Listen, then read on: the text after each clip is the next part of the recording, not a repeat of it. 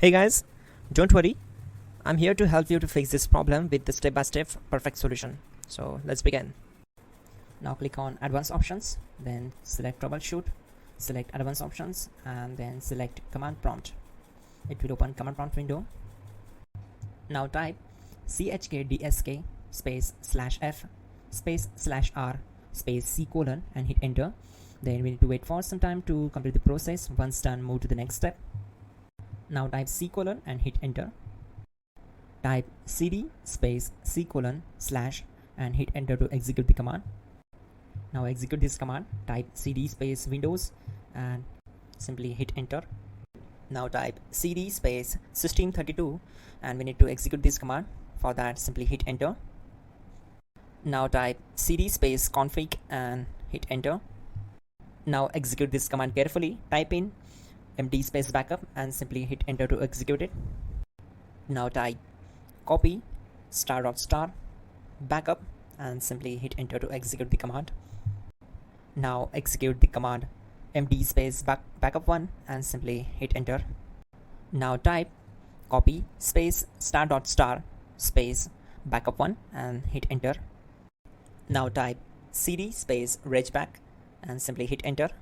Now type dir and then simply hit enter to execute the command. Now execute this command. Type in copy space ** space ... and then hit enter. After that, type all and again hit enter to execute the command. Now type bootrec space /fixmbr and simply hit enter. Now execute this command. Type in bootrec /fixboot and hit enter. Now type in cd space c colon / and simply hit enter to execute the command. Now type cd space windows /system32 /config /regback and hit enter to execute. Now type this command bcd edit space /export space c colon /bcd backup and hit enter. Now type cd space c colon / and hit enter. Now type md space boot and hit enter. Type cd space boot and hit enter. Now type md space bcd and simply hit enter. Now execute this command. Type cd space c colon / and hit enter. Now type attrib c colon /boot /bcd -h -r -s and hit enter.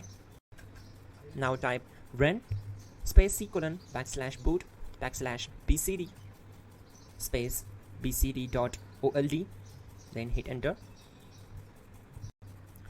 Type bootrec space /rebuild bcd and hit enter. Type exit and hit enter.